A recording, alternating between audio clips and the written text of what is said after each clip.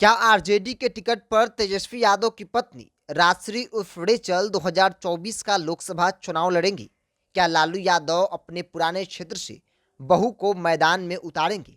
यह सवाल महज सवाल नहीं, बल्कि इन दिनों हर तरफ चर्चा हो रही है। दरअसल जिस सारण लोकसभा क्षेत्र को कभी लालू यादव का गढ़ माना जाता था, वहां इन दिनों भाजपा ने अपना गढ़ बना लिया है और उस भाजपा के गढ़ से 2024 का लोकसभा चुनाव तेजस्वी यादव की पत्नी राजश्री उर्फ रेचल लड़ेंगी, ऐसी चर्चा हर तरफ हो रही है। आज की इस वीडियो में बात करेंगे सारण के इतिहास के बारे में, राजनीतिक समीकरण और परिस्थिति क्या बन रही है, जातीय समीकरण क्या है और तेजस्वी यादव की पत्नी अगर मैदान में उतरती है तो उनके लिए यह चुनाव कितना मुश्किल और कितना आसान होने वाला है। दरअसल सारण जितना राजनीतिक रूप से महत्वपूर्ण है, उतना ही ऐतिहासिक रूप से गर्व महसूस करता है।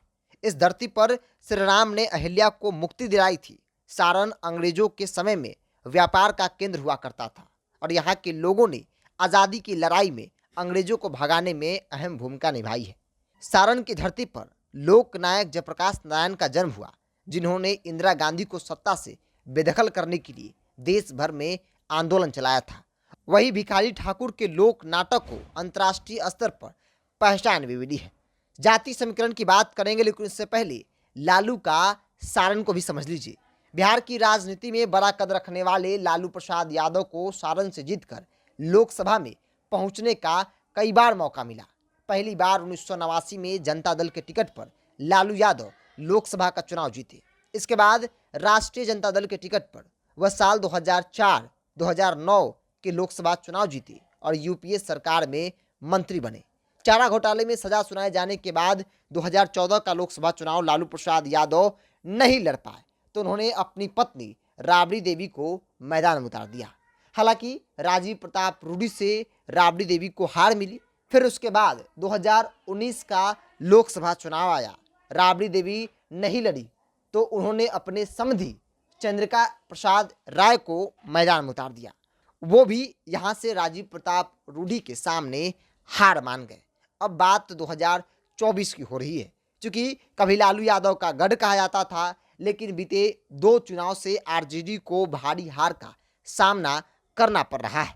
वजह क्या है, ये हम आपको बताएंगे और राजनीतिक तौर पे परिस्थितियां क्या बन रही है, ये भी समझने की कोशिश करेंगे। सबसे पहले जातीय समीकरण को समझ लीजिए।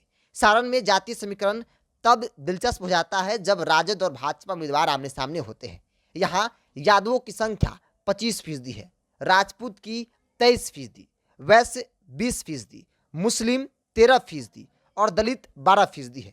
इस लिहाज से पार्टियां यहाँ राजपूत और यादव उम्मीदवार पर ही दांव खेलते हैं। अब दरअसल लालू यादव के समय में लालू यादव एक मजबूत नेता के तौर पर थे, वो आज भी हैं, लेकिन जेल जाने के बाद उनकी पार्टी कमजोर हुई। वोट बैंक में सेंधमारी भी कई स्तर तक देखा गया। यादव तो उनके साथ रहे, लेकिन मुसलमान धीरे धीरे खिसकते चले गए। दलित वोट बैंक में दूरी होता चला गया। लेकिन 2 चुनाव में जब आरजेडी को हार मिली, तब विपक्षी पार्टियां पूरी तरह से बिखरी हुई थी। लेकिन साल 2024 से पहले विपक्षी गोलबंदी काफी मजबूती से हो रही है और न सिर्फ सारण में, बल्कि बिहार के 40 लोकसभा क्षेत्र पर विपक्षी एकजुटता काफी हावी होता दिख रहा है। देश भर में विपक्षी एकजुटता के कारण नरेंद्र मोदी की मुश्किलें बढ़ी हुई है।